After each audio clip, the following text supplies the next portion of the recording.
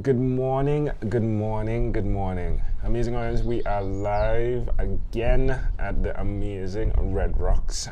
And today we have with us the wonderful Cindy Saylor. Cindy, it's a pleasure to meet you. Pleasure meeting you, Engel. Thank you. Oh, thank you. Now, Engel is something I wonder, like people usually call me Engel. It doesn't bother me. And some say, no, you're good, we're live. Engel is cool because there is Engelbert Humperdinck. And that's what actually creates that. Do you know Engelbert? Yes. Do you listen to this? No. I used to. You used to, right? So when that I was is growing up. Yeah. I can imagine what you listen to now. Oh. Yeah, you listen to a few I'm things. still kind of an old-fashioned gal. Well, that's good. That's good. Some of the oldies and goodies. Yeah. So it's Angel. Yeah. Angel. Well, you could do Angel. Yeah. Oh. Angel makes me feel great. Yeah. I think I was one step from being an angel, so they said Angel was the closest thing. Yeah. I'm not sure. Tell me, which of your talents is responsible for us connecting? So it's through Anastasia Button. Beautiful person. She is. When she was in the process of writing her book, I was one of the individuals she interviewed. Right. So I'm actually in her book, helping guide her on the journey she was taking. And so I'm in the process of writing my book and becoming an author. Right. And it was 6 months ago I went to a book writing conference, went in with an idea, came out with a different idea. And just last month I went to that same conference, went in with a different idea, came out with the same idea. Of the first time? Of the first time. So it was, and then sitting down with her, and she's like, why aren't you writing your book? Why aren't you writing? So I'm in the process right now. That's good. Yeah. What do you do other than that? I mean, so is it that you're a coach? Did you coach Anastasia into a bit?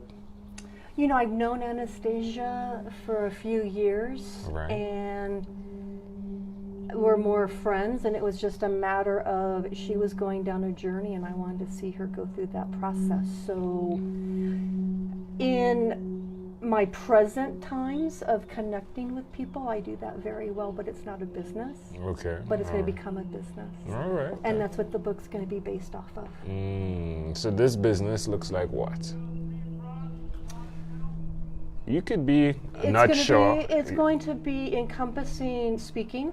Right. Engagement, empowering women to really live all their glory. I'll be proud to say I'm 54, and I am learning life all over again. Yeah.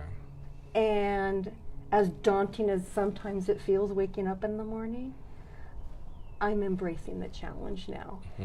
Because with a few mentors along the way, helping me see, because there's times in my life I was like, what do people see in me? I don't know what they see in me. And a few lady friends that I actually asked that question, one, her answer was, is that you're living your authentic self. And the other one is that you're present. You engage 100% when you're with somebody. Yeah. And that's what that person wants. Truth. And that's how you connect. Yeah, truth. And so I didn't see it that way. I was being myself, but not knowing, what is it? What is it that they see? And so I want to be able to do that, the same for other people. So who did you learn that from? Is there a family member or a friend that you saw let's just display truthfulness in the way they walked and you picked that up? Who did you learn it from? I want to say it was my parents, and they wanted me to be who I'm supposed to be, and they really instilled in me to be kind to others, no matter the paths they cross, and it was always the smile. And so if I could share just a little story. Sure. So I don't know if you're familiar with the Colfax Street. Mm-mm. It's a bit questionable, but I could say I'm a product of the Kofax bus. But it was experiencing life from so many different viewpoints. And as a young child, I would be taking the bus with my family. But I'd always be smiling with folks coming and going off the bus. And one gentleman just stopped for a moment and said, "Thank you." And I looked at my dad and went, "Why did he say thank you?" He goes, "Because you smiled at him." That's amazing. And you acknowledged him. And what is the Kofax bus, though? so Kofax is one of the longest streets in Denver. Right. It actually starts about where we're at and heads due east. And so it goes through a number of varieties of neighborhoods and residential and businesses. Okay. And some parts of it are a bit questionable. Okay. So it could be a little rough, but it Okay. also teaches you a lot about life.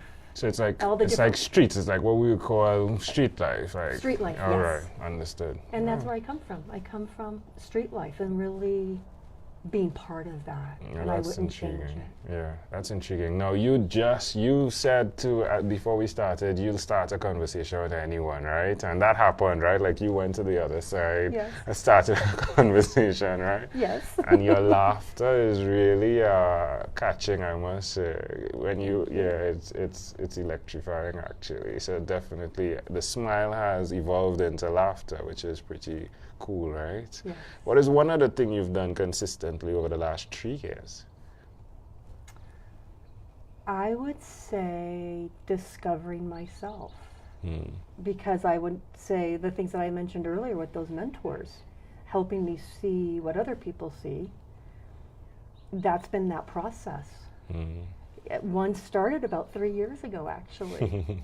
And the last one was just probably 6 months ago. Kind of like a validating who I am and probably what I'm supposed to be doing. How does that make you feel? Can't you see it? I can. It's written all over my face. I always tell people, you could play poker with me and know exactly what's in my hand. You do not have a poker face. No, and I can't fake it either. Why would you suggest to someone that's listening that they do that they spend or invest that time to find themselves, to be able to smile like you smile? Oh, wow. To tap into that, because I'm tapping into the energy I have right now, it's like electrifying. It brings you to life. And I think sometimes through the process, like we're students of life. We're learning all the time. And if we can continue to learn, but actually learn about ourselves in a deeper spiritual way, it actually ignites us to, wow, this is who I really am. And it's okay to realize who you are. We have teachers and mentors along the way that say that we should kind of go this way. But are we really supposed to go this way? And it's okay to question that. And to be able to tap into that energy that brings you to life, there's no other feeling like that.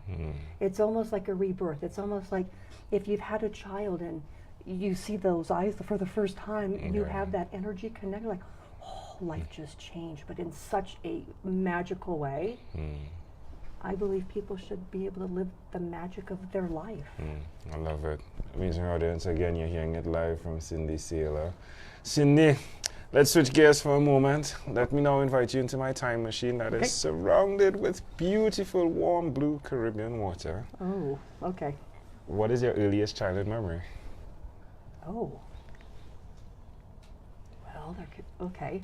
Well, I think I already told you one about the experience with the bus. Right. But another one would be Christmas Eve. It was it's my parents' wedding anniversary. So we always go to church and have a wonderful dinner out and come home and get ready because Santa's coming. Yeah, have to be on time for Santa. Absolutely.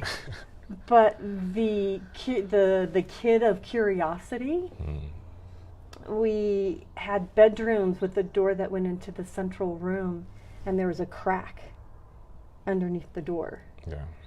So I would sneak out and I would lay down on the floor and look through that crack. And it would be in the morning when my folks woke me up and I fell asleep on the floor. How old do you think you were? Oh my gosh.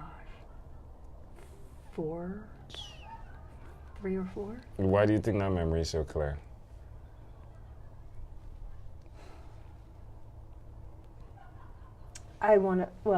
It was being in the moment, embracing the present moment. Yeah. But it was the wonderment behind it, of wondering, like, does he really exist? Or, what he's going to leave for me, or I just want to see him. Yeah. We didn't have a chimney. So it's like, how is he going to get in my house? Because you always heard he has to come down the chimney. Yeah. So, but how is he going to get in my house? So is he coming? Yeah. So. How do you see that memory connecting to who you are today?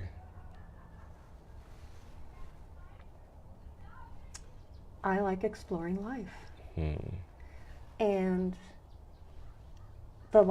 especially the last 3 years, I've been really embracing being present and not worrying about the past or what wasn't accomplished, and knowing the future's coming. Yeah. But I want to be here in the moment. That's wonderful. Can I offer an interpretation to the thought picture you created in my mind? Absolutely, please. There are 2 scenarios. There's the one person who is comfortable to wait on the thing that is supposed to be gifted to them, and then there's the person who goes out and looks for it. And I would rather be that person, and I believe you too as well. So it's fascinating to see that little girl curious enough to look for the things, the gifts that she believes are hers. Yeah, that's beautiful. Thank you. You're welcome. That's beautiful for you to see and share. Oh, thank you. You're welcome. If we fast forwarded to when you were 12 years old, what was your favorite song? 12. Dun, dun, dun. Grade 7. Love Will Keep Us Together by the Carpenters. Yeah, definitely connects. Yes. Second. Well, we've arrived at our destination, but before we get off of this time machine, there's a small declaration form. So it's yes or no, possibly a bit more. Are you ready for this? Ready. Cindy, have you chosen someone to pass on your skills to? I'm going to say it's those that I come connected with. I'm going to pass it on to them to continue. Are you married? I have a boyfriend. All right. You should see her facials. Do you have children? I do not. Do you believe in God? Absolutely. Do you have an inner circle of friends? Yes. Do you watch TV for more than 3 hours a day? Might be borderline 3. All right, cool. What about screen time? The phone and the computer, is it more than 8 or less than 8 hours a day? Oy. She said, oy. Oy. Probably, 8 because it's my business, so Right. yes. All right. If you had to share with us your own unique real statement, a statement that represents Cindy Saylor, what would you say that is? Wow, that's a good one.